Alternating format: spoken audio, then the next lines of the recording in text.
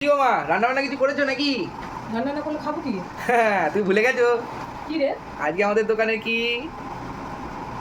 আজকে আজকে 4 তারিখ না? হ্যাঁ ওহো হ্যাঁ, আজকে আমাদের দোকানে 4 বছর হলো না? একদম ঠিক, তাই জন্য আমি কিছু এনেছি।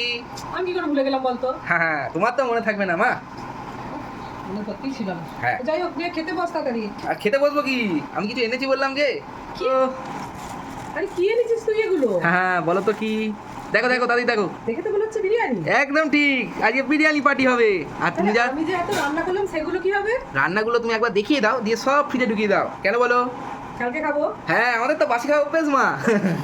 তাড়াতাড়ি করো, খিদে পেয়েছি। এই নে, দেখ কি কি বানিয়েছি। হ্যাঁ এই দেখ, সব সবজি দিয়ে, পালং শাক দিয়ে এখানে আমি ডাল বানিয়েছিলাম। কি কি ছিল বল দেখি এতে? কি কি? এখানে আছে পটল, টমেটো, পেঁপে, ক্যাপসিকাম, বিম, বিট, এই সব দিয়ে, ধনেপাতা দিয়ে, মুসুর ডাল, নিম পাতা দিয়ে আলু ভাতে মাখলাম। এগুলো কি করব? ওগুলো সব ঢুকিয়ে দাও মা, আর কিছু দেখাতে হবে না। আজকে যা এনেছি খেয়ে নি, খিদে পেয়েছে খুব। ঠিক আছে, তাহলে হ্যাঁ, চল হ্যাঁ। বস।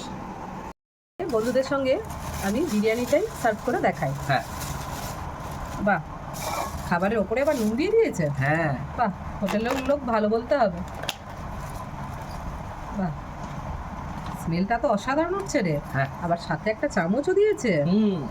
বাহ, তো দাদা বৌদির বিরিয়ানিকেও হার মানিয়ে দেবে রে। ও মা, উল্টো করে ঢেলে দাও না। আস্তে আস্তে দিই, যদি পড়ে যায়। লেগ পিসটা বেশ বড় আছে তো, তবে বিরিয়ানির পরিমাণটা কম মনে হচ্ছে না দা? এই দেখ, বিরিয়ানিটা কিন্তু আমার কম কম মনে হচ্ছে রে। কিন্তু কন্টেনার তো মা একই তো থাকে। জানি না, বুঝতে পারছি না, আমার কিন্তু একটু কম লাগছে। দিলাম স্যালাড, স্যালাডের শসাটা আগে দিয়ে দিলাম, পরে দিয়ে দিলাম পেঁয়াজ, আর দিয়ে দিলাম একটা ডিম সিদ্ধ। আর এই যে চামচ দিয়ে দিয়েছে, তো চামচে করেই খা আজকে। নে, বসে বল।